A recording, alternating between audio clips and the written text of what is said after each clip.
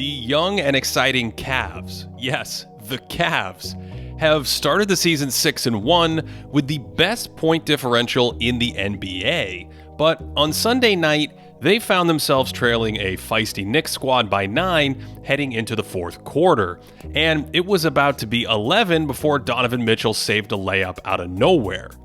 A moment later, the ageless graybeard Kevin Love dropped in a 28-footer, and the comeback was on. At 95-87, it was Mitchell's turn to get into the action, splitting 2 screens before spinning back for this insane flush, and Donovan is a master of rejecting the pick like this. That means instead of using the screen that's set for him, he cuts back and doesn't go around the screen at all as a way to puncture the defense. His defender is anticipating sliding around the incoming pick, so he's vulnerable to this crossover, and watch the help defender. He expects the play to head left, so he's completely frozen when Mitchell rejects the screen and takes it down the middle.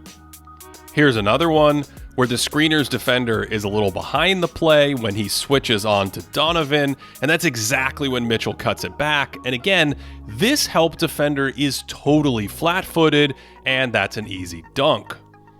Mitchell has been the offensive superstar that Cleveland needed, using his shifty change of direction to pressure defenses and set up the Cavs' finishers. He's also been on an absolute heater from long range to start the year, drilling 4 threes a game at 44%. That's Steph Curry-type shooting, and Mitchell gets into these off of movement like this, or out of those deadly dribble actions where defenders are worried about his drive. Even when he cools off, he's still dangerous enough as a shooter to demand defensive attention all over the floor, and that means defenses have to play him well outside the arc, which opens up playmaking to set up Cleveland's role players. This is like a light version of the Steph Curry treatment, where defenses heavily focus on Mitchell well outside the arc. 3 Knicks eye him in transition here, and then his passing leads to easy offense. The next time down, New York's big man doesn't come out high on the screen, so Mitchell just walks into a 27-footer and strokes it. He's also giving more effort on defense to start the season, drawing an offensive foul, fighting around this screen, and then on the next possession, Cleveland runs this beautiful play for Love, where he pitches it to Donovan, and big old Jarrett Allen screens for Mitchell, then for Love on a comebacker, and this dude is a flamethrower as well. Also notice how Mitchell's shooting threat makes this hard to guard. 2 defenders slide with him, so now Allen can go screen for Love with no other defender around, and that's extremely hard to stop.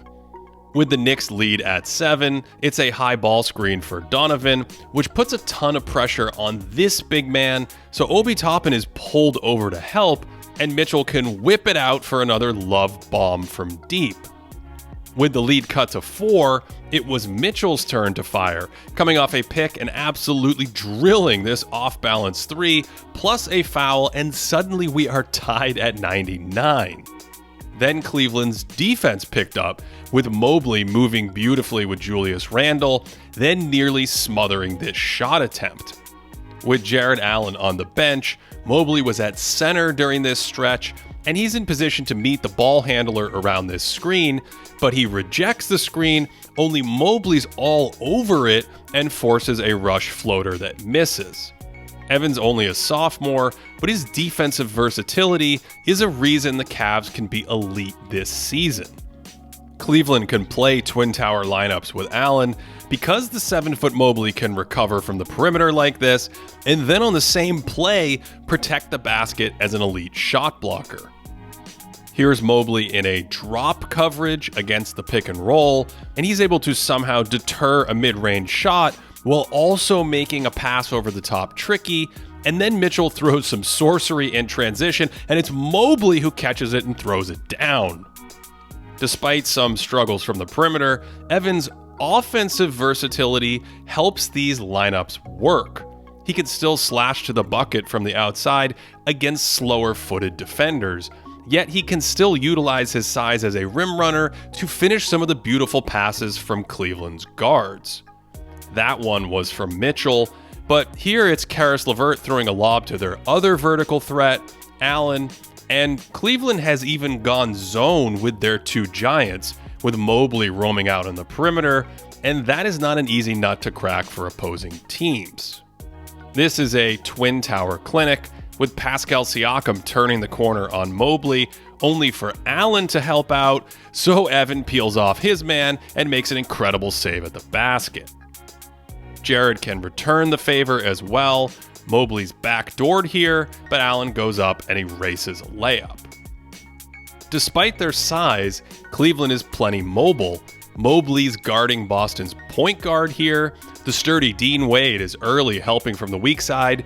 Then Mitchell closes quickly to the ball. Mobley's waiting to protect the rim while Allen wisely rotates to the corner. Mitchell recognizes where to rotate to next, and this is all just great effort from an in-sync group, and it's a turnover. Back in that fourth quarter against New York, we saw a similar reaction, with Mobley teleporting to save this breakdown, but Mitchell reacts too, and that extra effort is just enough to force a miss. On the prior possession, the Cavs took the lead for good with another 4-point play, this one from Love, and Kevin's defender left him momentarily to step out and disrupt Mitchell's outside shooting, and that freed him up for just a moment. So the next trip down the court, the Cavs run the exact same play, which leads to a switch, and later in the possession, that left Mitchell with a mismatch to attack. So Jalen Brunson cheats up to help, Mitchell reads it perfectly, and Mobley crushes it to go up 5. After a timeout, the Cavs go back to that Mitchell pick and roll. The Knicks decided to switch it. Mitchell senses a flat-footed big man and just rises up for his 8th three of the game and his 5th 30-point outing in 7 games this season. As a team, Cleveland made 23 triples in this game because role players like Wade and Cedi Osman are solid outside shooters. And keep in mind, Darius Garland has barely played this year.